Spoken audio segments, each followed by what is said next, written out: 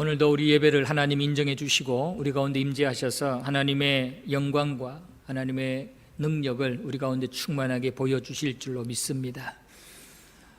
우리가 지난 1월 한 달 동안에는 예배를 통해서 우리가 하나님의 영광을 목도하고 또 하나님의 은혜를 누릴 것을 함께 배우고 말씀을 들었습니다.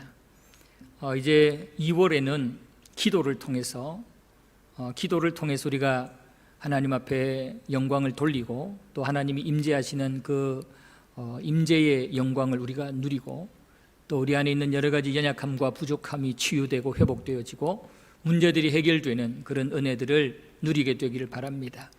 우리가 지난 월화수 3일 동안 새벽기도 11조 하면서 첫째 날에는 기도는 주님을 만나는 기회다, 주님을 만나는 때다, 하나님을 만나는 때다 라는 메시지를 들었습니다.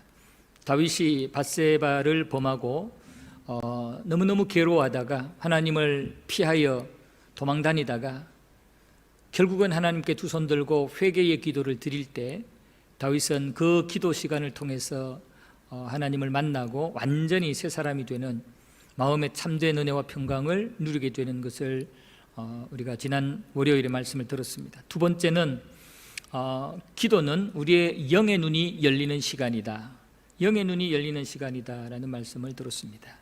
기도하던 고넬료, 기도하던 베드로가 하나님께서 그들의 영의 눈을, 믿음의 눈을 열게 하셔서 이들을 통해서 이방인들에게 구원이 시작되는, 지금까지 유대인들은 부정한 것들을 먹지 않았고 이방인들을 무시했었는데 하나님께서 내가 정하게 한 것은 먹어라, 이러한 어떤 영적인 체험을 기도 중에 하게 합니다.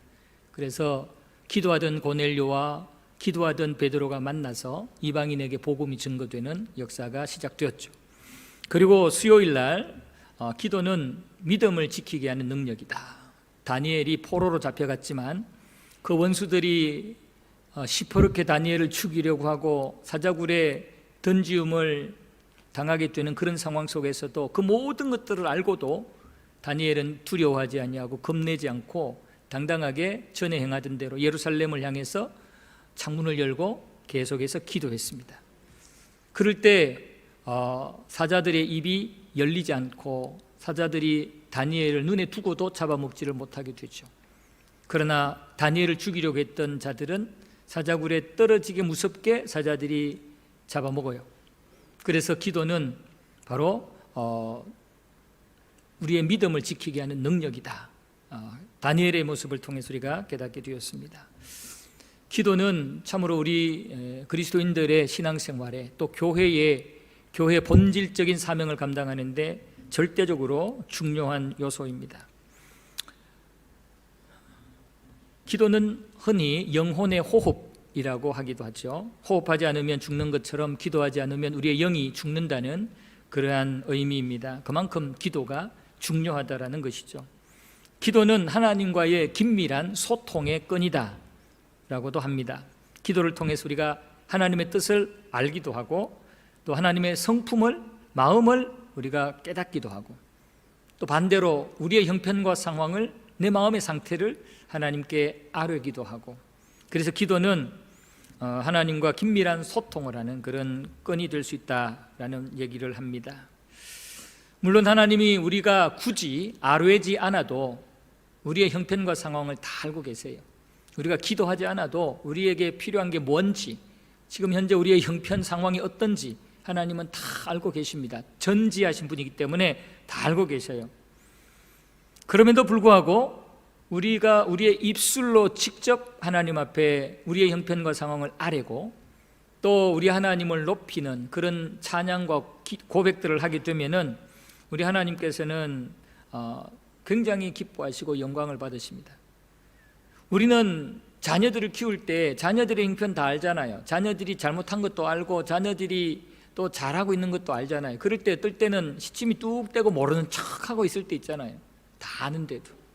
그럴 때 이제 아이들이 엄마한테 아빠한테 이제 이런 얘기 저런 얘기 부모가 모르는 줄 알고 얘기할 때 야, 다 알고 있다 이런 소리 안 하잖아요. 알고 있으면서도 모른 척하면서 격려해주고 칭찬해주고 용서해주고 그렇게 하잖아요. 그럴 때 부모의 마음은 기쁘잖아요. 우리 아이들이 자기 형편들을 엄마 아빠한테 다 얘기하니까, 잘못도 얘기하고 또 잘하고 있는 부분들도 얘기하고, 그럴 때 부모는 굉장히 기쁘죠. 우리 하나님이 그러신 거예요. 우리 주님의 사역을 보시면 이 병든 자들에게 내가 너에게 어떻게 해주기를 원하느냐, 이거 뻔한 거 아니에요? 고쳐주기를 원하는 거 뻔한 거 아니에요? 주님은 다 알아요. 알면서도 내 아픈 부분을 고쳐주기를 원합니다, 이 고백 듣고 싶어가지고 주님이 물은 거예요. 그래서 우리가 입술로 하나님 앞에 기도하고 하나님 앞에 부르짖을 때 이미 다 알고 계시는 하나님이 기뻐하시면서 우리의 그 기도를 들어주신다라는 겁니다. 왜 하나님이 굳이 다 알면서도 우리에게 기도하라 하시는가? 왜 그렇게 기도하는 것을 좋아하시는가? 이것은 기도에는 하나님을 향한 전적인 믿음과 신뢰가 전제되기 때문에 그래요. 하나님을 믿지 못하면 기도 못합니다. 하나님 신뢰하지 못하면 하나님 앞에 형편과 상황 아뢰지 않습니다. 도와줄지 말지 잘 모르는데 왜 얘기합니까? 하나님이 도와줄 능력이 있는지 없는지 믿어지지도 않는데 왜 얘기합니까? 우리가 하나님 앞에 기도하고 엎드리고 얘기한다는 것은 그만큼 하나님이 살아계신다는 것을 믿는 거, 또 하나님이 전능하신 능력을 가지신 분이라는 것을 믿기 때문에 이런 기도를 하는 거예요. 고백을 하는 거예요. 그렇기 때문에 하나님은 우리가 기도할 때 믿음의 기도를 기뻐하셔요. 그러나 하나님을 속이려 드는 어떤 연극하다시피 믿음 없는 기도를 하면은 하나님은 오히려 큰 진노를 하시죠. 야고보서 16장 7절에 보면은 오직 믿음으로 구하고 조금도 의심하지 말라. 의심하는 자는 마치 바람에 밀려 요동하는 바다 물결 같으니 이런 사람은 무엇이든지 주께 얻기를 생각하지 말라. 하나님은 기본적으로 기도하는 자는 믿음이 있는 자라고 생각하시기 때문에 기도하기를 원하시는데, 혹시 믿음 없이 인간적인 생각과 또는 불안함과 염려함으로 하면 그 기도는 의미가 없다는 거예요. 효과가 없다는 거예요. 기도에 응답을 받기를 생각하지 마라, 이렇게 말씀을 하시는 겁니다. 기도의 시간은 군인들에게는 무전기와 같은, 무전으로 소통하는 그런 시간과 같은 것 같습니다. 전투 현장에 있는 군인들에게 무전기는 굉장히 중요하죠. 훈련할 때도 그렇지만 실제 전투가 벌어지면 이 전방에 지금 치열하게 전투를 벌이고 있는 군인들에게는 이 무전기는 그야말로 생명줄입니다. 만약에 이 무전기가 고장 나면은 그야말로 이 군인들은 완전히 고립되게 되고 그냥 적군들에게 노출되어서 결국은 완전히 전멸될 가능성이 큽니다. 그러나 무전기만 있으면 아무리 위험한 상황에서도 사령부하고 통화하고 무전 치면서 이쪽 상황도 알리고, 또 사령부에서 항공 촬영이나 또 다른 방법들로 그 주변의 상황들을 조사해가지고 알려주고, 그렇게 되면은 효과적인 전략을 세울 수 있고 결국은 그 싸움에서, 전쟁에서 이길 수가 있겠죠. 영적 싸움도 마찬가지입니다. 우리가 기도할 때 기도가 왕성하게 하나님과 이루어지게 되면은 하나님께서 이 시대의 영적 상황들을 우리에게 알려줘요. 영적 상황들을 어떻게 이길 수 있는지 대비하게 해주시고, 분별할 수 있는 지혜도 주시고, 버티고 견딜 수 있는 믿음도 주시고, 때로는 정면 돌파할 수 있는 그런 특별한 권세도 주셔요. 기도할 때 우리는 이런 하나님으로부터 무한한 영적인 무기를 또는 무장을 할 수 있는 기회가 된다라는 겁니다. 그러나 기도하지 않으면 마치 지금 치열한 전투가 벌어지고 있는데 무전기 고장 났거나 무전기를 전혀 사용하지 않는 자와 같아요. 이것은 나를 죽이세요, 나를 잡아가세요, 나는 당신의 밥입니다 라고 얘기하는 것과 똑같죠. 예레미야는 치열한 영적 전투 현장에 있었던 자입니다. 그러다 보니까 예레미야는 참으로 고생을 많이 한 선지자입니다. 모든 선지자들이 인간적으로 고생 많이 하겠지만 예레미야 같은 경우는 남다른 고생을 많이 한 자입니다. 왜냐하면 이 예레미야 시대는 하나님 앞에 심각하게 범죄하고 타락한 시대였기 때문에 그렇습니다. 하나님 앞에 우상 숭배하고 하나님 무시하고 하나님 말씀 거역하고 하나님이 싫어하는 짓은 골라 하는 그런 시대였기 때문에 이러한 사람들에게 시대에 하나님의 메시지를 전하고 회개와 심판의 메시지를 전하니까 강팍한 범죄하는 이 사람들이 예레미야를 좋아하겠습니까? 예레미야가 그들의 허물과 죄를 지적하고 하나님의 진노를 지적하고 하나님이 심판하실 거라고 그렇게 예언을 하는데 이 사람들이 예레미야를 좋아하겠냐고요? 좋아할 리가 없죠. 지금 본문의 말씀도 지금 예레미야가 감옥에 갇혀 있을 때 하나님이 주신 말씀이에요. 지금 본문의 상황이 예레미야는 평안한 상황이 아니에요. 감옥에 갇혀 있는 상황이에요. 이 원수들의 공격을 받아가지고 영적으로 치열한 전쟁 속에서 지금 예레미야가 사방에 우겨쌈을 당하여 있는, 감옥에 갇혀 있는 그런 상황이에요. 예레미야가 사역할 때 당시에 남쪽 유다의 왕은 시드기야라는 왕이 다스리고 있었습니다. 이 시드기야라는 왕은 남쪽 유다의 20명의 왕이 제위했는데요, 그 중에 20번째 마지막 왕입니다. 마지막 왕이라는 말은 이 시드기야 때 나라가 망했다는 얘기예요. 그러니까 이 시드기야가 20번째 왕으로서 마지막 나라가 이제 하나님 앞에 심판을 받아 망하기 직전에 있는 그런 상황에 사역한 선지자가 바로 예레미야입니다. 이 시드기야는 21살에 왕위에 올라가게 되는데요, 11년 동안 통치를 하게 돼요. 그런데 지금 이 본문의 말씀 기록될 때 이 시드기야는 10년째 통치하는 때입니다. 이제 1년 뒤면 시드기야도 죽고 시드기야가 통치하던 이스라엘도 이제 망하게 되는 거예요. 그러니까 아주 최악의 상황, 하나님 앞에 타락의 최고의 정점을 찍는 그런 때에 예레미야가 사역을 했다라는 말씀입니다. 역대하 36장 11절 12절 보면은 시드기야가 왕위에 오를 때 나이가 21세라 예루살렘에서 11년 동안 다스리며 그의 하나님 여호와 보시기에 악을 행하고 선지자 예레미야가 여호와의 말씀으로 일러도 그 앞에서 겸손하지 아니하였다라고 말하죠. 그러니까 이 시드기야 왕이 이 예레미야가 하나님의 말씀을 전해도 콧방귀 끼고 그냥 무시해버렸다고 그래요. 하나님의 말씀 귀 기울이지도 않고 하나님 안중에도 없어요. 그러니 이 예레미야 입장에서는 얼마나 괴롭고 힘들고 고통스러웠겠습니까? 그러다가 결국은 시드기야가 이 예레미야를 통해서 하나님 경고하신 그 예언대로 바벨론에게 나라가 망하게 되고 시드기야는 두 눈이 뽑힌 채로 바벨론의 포로로 잡혀가게 됩니다. 가장 비참하게 끝까지 하나님 앞에 경고를 무시하고 교만하게 패역하게 행하다가 가장 비참한 그런 모습으로 생애를 마감하고 왕위에서 쫓겨나게 되는 그러한 모습을 시드기야가 가지게 됩니다.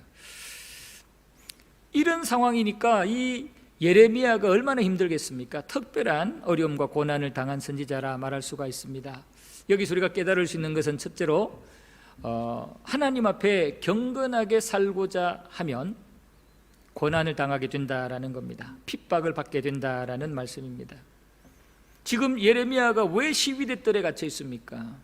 시위대 뜰이라는 것은 이것은 오늘날로 말하면 경호대, 그러니까 국가 원수를 지키고 보호하는데 그 국가 원수에게 죄를 지었거나 어떤 위협을 가한 자들을 가두는 곳이 시위대 뜰 안에 있는 감옥이에요.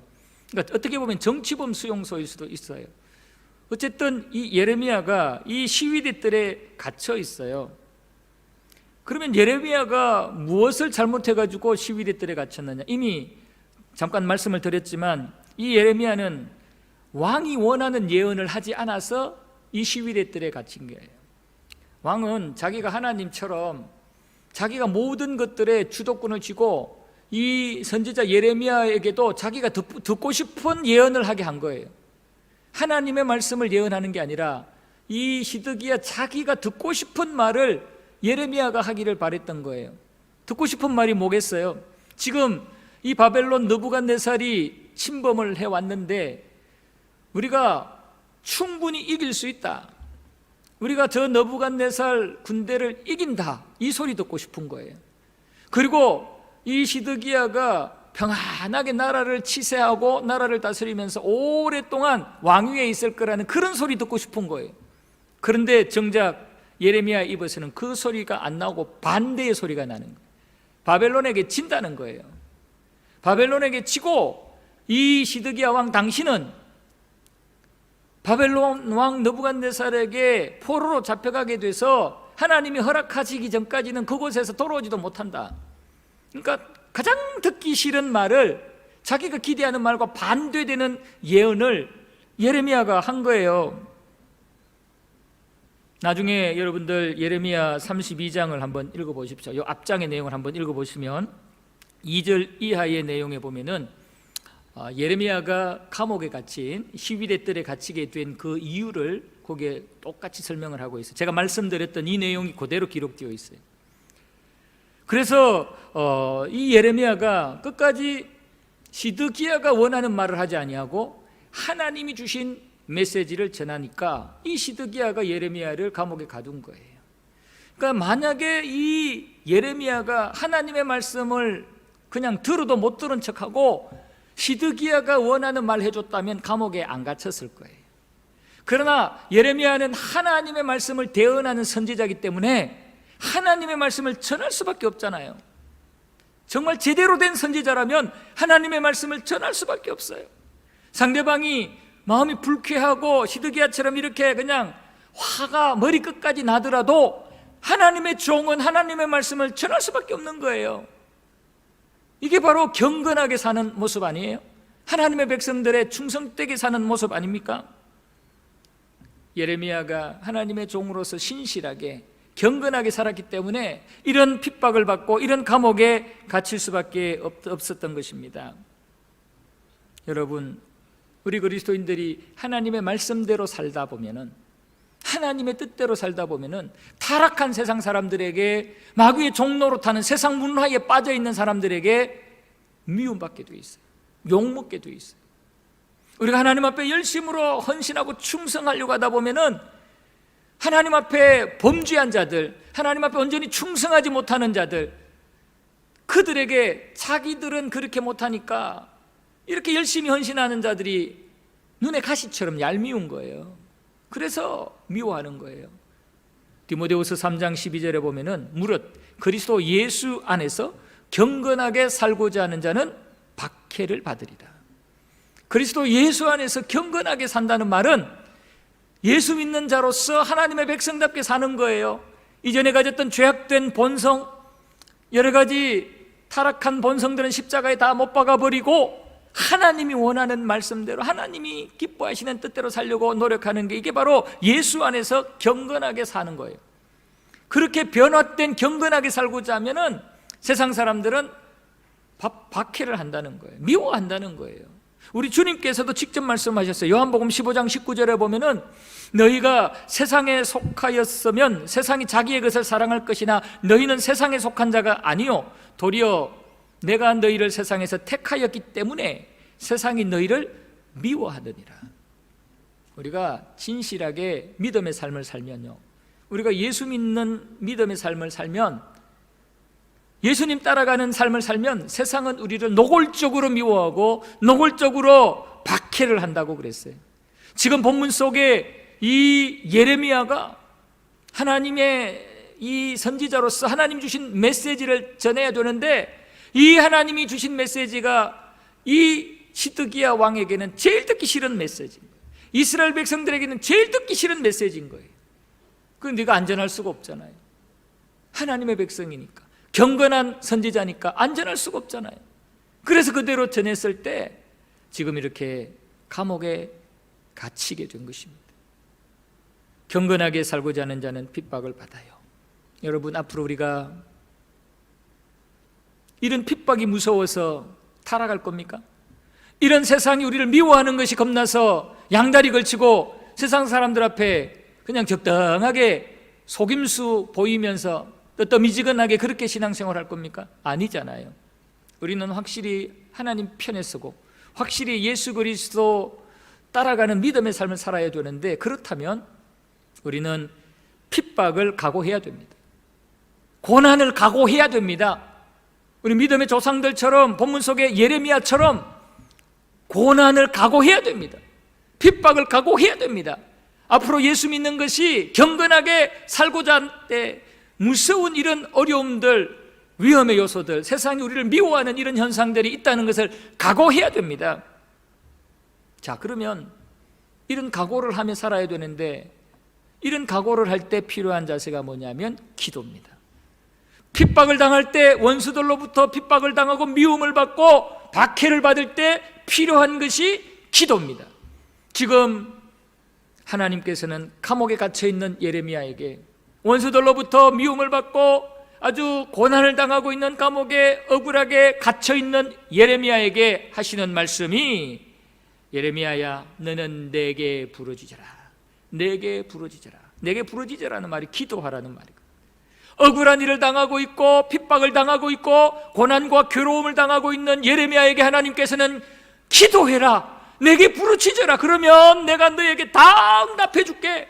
내가 너에게 다 응답해 주고 이길 수 있도록 믿음을 주고 능력을 주고 영적인 여유를 줄게, 그러십니다. 여러분, 우리 본문 3절을 우리 믿음을 담아서 다 같이 한번 읽어보면 좋겠어요. 3절 시작. 너는 내게 부르짖어라. 내가 내게 응답하겠고 내가 알지 못하는 크고 은밀한 일을 내게 보이리라. 아멘.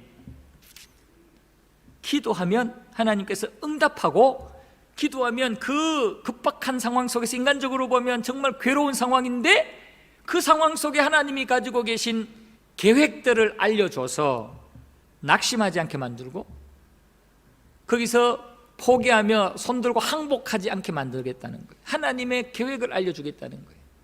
하나님의 그 비밀스러운 완벽하신 뜻을 알려주겠다는 거예요. 하나님의 뜻을 알고 나면 감옥에 갇혀 있어도 내가 왜 여기 갇혀 있는지 그 하나님의 뜻 가운데서 바라보게 되니까 답답하거나 조급하거나 두려움을 이길 수 있다는 거예요. 여러분, 우리가 드라마를 볼 때 본방송을 볼 때하고 재방송을 볼 때하고는 다르잖아요. 본방송을 볼 때는 뒤의 내용을 모르니까 막 조급하기도 하고 조마조마하기도 하고 손에 땀이 나기도 하고 그래요. 그러나 재방송을 볼 때는 뒤에 내용 다 알잖아요. 요 지금 급박하게 저 주인공이 죽을 것 같은데 뒤에 짠 하고 누가 나타나가지고 거기서 위험해서 구출해 준다, 뭐 이런 거 다 아니까 느긋하게 보잖아요. 본방송을 보는 것하고 재방송을 보는 것하고 달라요. 차이점은 뭐냐면 뒤에 내용을 안다는 거예요. 뒤에 레파토리를 안다는 거예요. 여러분, 우리가 하나님이 우리에게 하나님의 계획을 알려주시면, 현재 상황에서 하나님의 뜻을, 마음을 우리에게 알려주시면, 현재 주어진 상황들이 앞으로 어떻게 될지, 앞으로 하나님이 어떻게 이것을 이끌어갈지를 우리가 알게 되는 것이기 때문에 마치 드라마를 처음 보는 게 아니라 두 번, 세 번 봄으로써 생기는 그런 영적인 여유가 생긴다는 거죠. 지금 이 예레미야에게, 시위대 뜰에 갇혀있는 예레미야에게 하나님은 너 지금 너무너무 괴롭지, 힘들지, 두렵지, 그럴 때에 나에게 부르짖으며 기도해. 그러면 내가 내 계획을 네게 알려줄게. 모든 것들을 행하시고 만들고 성취하시는 내가 다 알려줄게. 그렇게 말씀을 하시는 거예요. 그러면서 그 하나님의 계획을 알게 되면 네 마음에 평안이 오고, 지금 감옥에 갇힌 게 억울하지 않고 뒤에 하나님의 계획이 그 다음 어떻게 될지 아니까 그런 영적인 자신감과 담대함이 생긴다는 것입니다. 오늘 여기 말씀해 보면은 우리 하나님께서 예레미야에게 이제 기도하라고 말씀을 하실 때 하나님 자신에 대해서 세 가지 내용으로 반복적으로 소개하고 설명하시면서 기도하라고 말씀을 해요. 일을 행하시는 여호와, 그것을 만들며 성취하시는 여호와, 이름을 여호와라 하시는 여호와, 이렇게 기도의 대상인 여호와 하나님이 어떤 분인지를 얘기하면서 그 여호와께 기도하라고 그럽니다. 여기서 이 세 가지 의미는 동일한 의미예요. 여호와 하나님을 말씀을 하는데 여호와에 대한 수식어, 일을 행하시는 여호와, 일을 만들고 성취하시는 여호와, 스스로 여호와라고 하시는 여호와, 그러니까 여호와를 설명하는데 앞에 이 세 가지로 설명을 해요. 한마디로 말하면 여호와라는 뜻은 스스로 계시는 분이란 뜻이에요. 스스로 계시는 분, 시작도 끝이 없는 분, 누구에 의해서 만들어지지 않은 분, 누구에 의해 통제도 안 받으시는 분, 이 땅의 모든 것들을 직접 계획하시고 그 계획대로 이루어 가시고 마지막에 완료하시고 성취하시는 분, 그분이 바로 여호와라는 뜻이거든요. 그래서 그 여호와이기 때문에 네가 그 여호와께 기도하면 일을 계획하신 분이 계획을 알려주고 일을 성취하시는 분이 그 과정을 알려주고 스스로 계시는 분 누구도 그 여호와를 공격하거나 거부할 수 없는 그 여호와가 너에게 다 알려주겠다라는 거예요. 그런 여호와께 네가 기도해라. 그런 여호와께 네가 간절히 부르짖어라.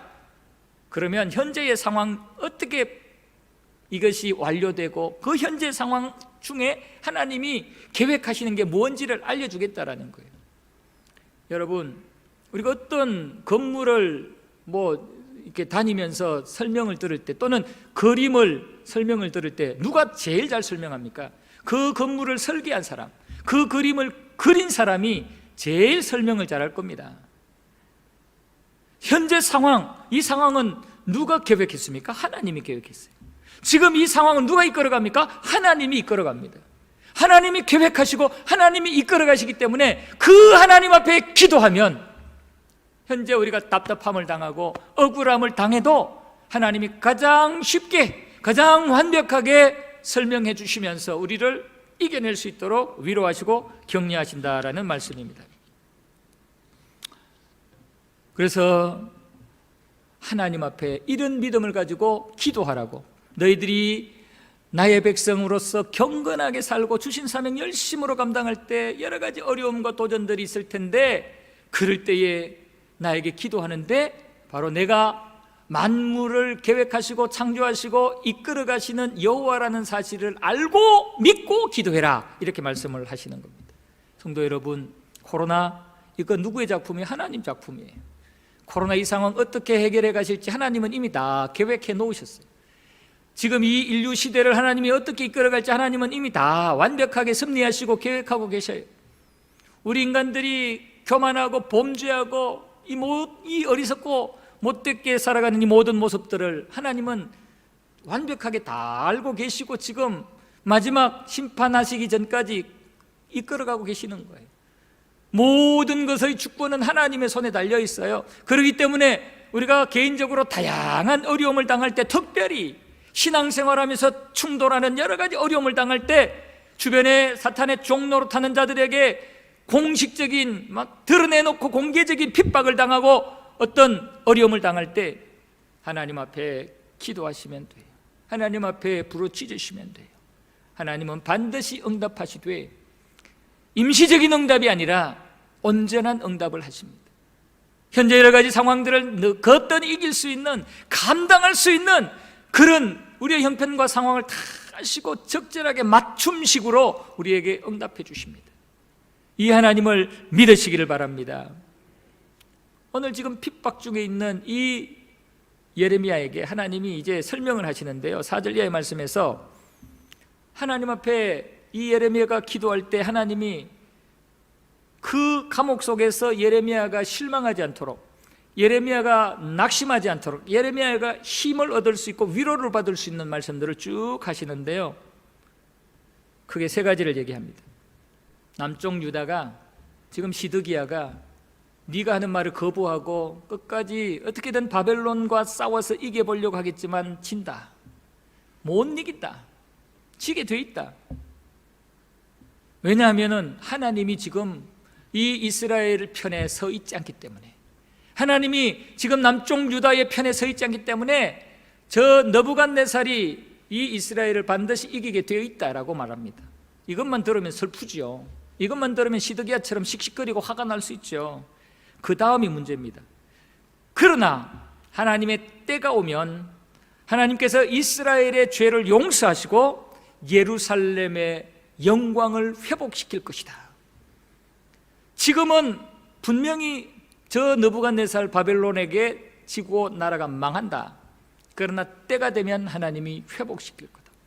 하나님이 세계 각지에 있는 이스라엘 백성들을 예루살렘으로 다 불러 모으고 예루살렘의 그 번성과 영광을 회복시킬 거다라는 거예요. 거기서 끝나는 게 아니에요. 뿐만 아니라 세계 열방 중에서 이스라엘이 나의 기쁨이 되고 나의 영광이 되고 찬송이 되게 만들겠다. 완전히 극과 극의 상황이에요. 그러니까 하나님이 가지고 계신 계획은 뭐예요? 범죄한 이스라엘이 하나님 앞에 타락하고 교만한 이 남쪽 유다가 하나님 앞에 회개하게 만들어서, 회개해서 하나님의 때가 되었을 때 하나님은 다 용서하시고, 하나님 앞에 맞아서 상처난 부위 다 용서하시고, 그들에게 다시 예루살렘의 영광을 보여주고, 모든 민족과 일방들에게 여호와 하나님을 믿는 나라는, 여호와 하나님을 믿는 백성들은 어떻게 되는지를 드러내 보이겠다고 말씀을 하십니다. 이것이 감옥 속에 있는 예레미야에게 하나님이 알려주신 거예요. 감옥 속에서 하나님 앞에 기도하고 간절히 부르짖는 예레미야에게 하나님은 이 계획을 알려준 거예요. 그러니까 네가 지금 감옥에 갇혀 있어도 억울해하지 말아라. 저들이 지금 뭐 너의 생명을 쥐고 좌우하는 것 같지만 절대로 저들의 손에 네가 좌우되는 게 아니다. 내가 이런 계획을 가지고 있다. 그럴 때 예레미야가 이 하나님의 계획을 들었을 때 여유가 얼마나 생기겠어요. 하나님의 그 계획을 알았을 때 마치 재방송 드라마를 보는 것처럼, 아이고 이제 망한다 니들. 근데 망하는 것만 생각하면 참 아프지만, 그러나 회개하고 하나님의 때가 되면 다시 회복된다. 그때는 지금보다 훨씬 더 하나님의 은혜를 받아서 우리가 세계 민족과 일방 중에 하나님의 영광 드러내는 강대한 나라가 된다. 이걸 이 예레미야가 감옥 속에서 다 알고 있으니까 영적인 여유가 생긴 것입니다. 여러분, 말세가 가까울수록 우리는 신앙생활 하기가 점점 더 어렵습니다. 마귀는 악랄하게 교활하게 우리의 신앙생활을 방해하고 우리 교회의 본질과 받은 사명 감당하지 못하도록 방해할 겁니다. 이런 때에 우리는 어떤 어려움을 당하고 힘든 일을 당해도 이상하게 생각하지 말고, 그럴 줄 알았다. 마지막 때가 되면은 마귀가 더 아주 교활하고 난폭하게 날뛰게 될 텐데, 그럴 줄 알았다 하고는 우리는 하나님 앞에 기도로 들어가야 되는 거예요. 그럴 때 우리는 하나님 앞에 엎드려야 되는 겁니다. 코로나보다 더 무서운 병이 또 생길 수도 있어요. 그럴 때 그럴 줄 알았다 하고는 또 하나님 앞에 엎드리는 거죠. 하나님 앞에 엎드릴 때 하나님께서 우리에게 하나님의 마음을 알려주시고, 하나님의 뜻을 알려주시고, 하나님의 계획을 깨닫게 해주시고, 하나님의 크고 비밀한 그 마음을 우리가 헤아리게 되는 순간 우리에게 평안이 오는 겁니다. 불안과 두려움과 고민이 아니라 평안이 오는 것입니다. 그래서 어려움 중에도 하나님 앞에 감사하고 하나님 앞에 영광을 돌릴 수가 있겠죠. 베드로전서 5장 8절에 보면은 건신하라 깨어라 너희 대적 마귀가 우는 사자같이 두루다니며 삼킬 자를 찾는다. 사자가 배부를 때는 하나도 안 무서워요. 옆에 그냥 토끼가 지나가도 그냥 꼬리만 툭툭 치고 팔이나 내쫓고 그냥 엎어져 있어요. 그러나 배고프면요, 사자가 지보다 덩치 큰 것도 그냥 목덜미를 물고요, 아주 난폭해집니다. 여기 우는 사자 같다는 말은 배가 고파가지고 그냥 막 미쳐있는 그런 사자예요. 어렁어렁 하면서 배가 고파가지고 뭐든지 그냥 물어 뜯어버릴 그러한 아주 난폭한 상황에 있는 사자예요. 그런 모습으로 말세가 되면은 이 마귀 사탄이 우리를 삼키려고 한다 이 말이에요. 베드로전서 4장 7절에서 그래서 만물의 마지막에 가까웠으니 너희는 정신을 차리고 건신하여 기도하라. 이런 우는 사자같이 마귀가 우리 앞에서 입을 쫙 벌리고 있으니까 우리는 어떻게 해야 되냐고요? 건신하며 기도해라. 건신하며 기도해라. 예레미야처럼 감옥 속에 있더라도 하나님 앞에 기도하면 그 감옥의 상황을 이기는 것처럼 이 무서운 말세를 살아도 우리가 하나님 앞에 기도하면, 하나님 앞에 엎드리면 하나님이 이길 수 있는 은혜와 능력을 주신다라는 말씀입니다. 주님이 살아가시던 성도 여러분, 우리는 겁낼 게 없어요. 왜냐하면 여호와 하나님이 우리 하나님이니까. 스스로 계시는 하나님, 모든 것들을 계획하시고 집행하시고 완성하시는 하나님이 우리 하나님이니까, 그 하나님이 나의 아버지시니까 그 하나님 앞에 우리가 기도만 하면, 그 하나님 앞에 무전만 치면 하나님은 기다렸다는 듯이 다 알고 계시다가 받으시고는 우리를 위로하시고 치료하시고 감당할 수 있는 지혜와 믿음과 능력을 주시는 겁니다. 여러분, 아무리 힘든 상황에서도 기도하는 자는 승리하고, 기도하는 자는 하나님의 전략을 받아서 하나님의 계획을 깨달아서 승리의 길을 가게 줍니다. 그러나 아무리 신앙생활 오래 하고 아무리 사람들이 보기에는 참 멋있는 고상한 신앙인인 것 같아도 기도하지 않으면 영적으로 고립됩니다. 기도하지 않으면 사단의 회방과 공격에 이길 수가 없습니다. 기도하지 않으면 우리의 연약함과 한계와 어리석음을 절대로 이길 수가 없습니다.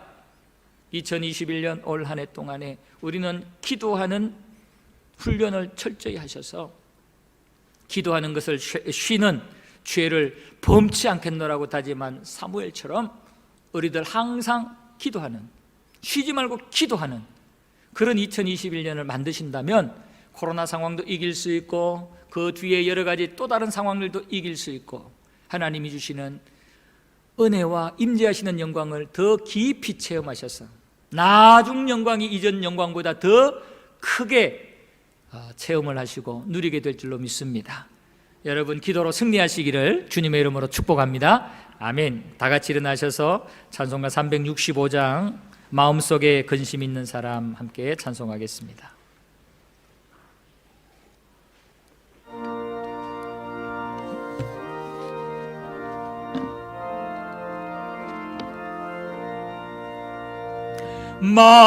마음속에 근심 있는 사람 주 예수 앞에 달뢰어라. 슬픈 마음 있을 때에라도 주 예수께 아뢰라.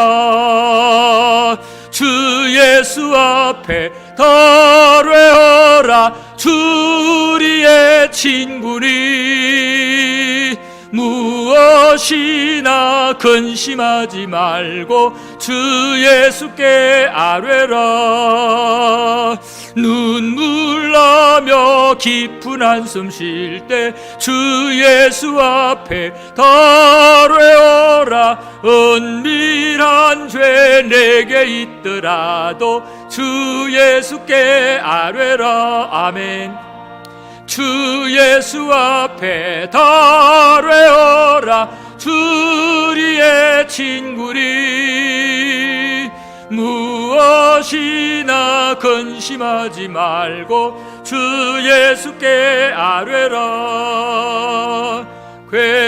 괴로움과 두려움 있을 때 주 예수 앞에 달뢰어라. 내일 일을 염려하지 말고 주 예수께 아뢰라. 아멘. 주 예수 앞에 달뢰어라. 주 우리의 친구니 무엇이나 근심하지 말고 주 예수께 아뢰라.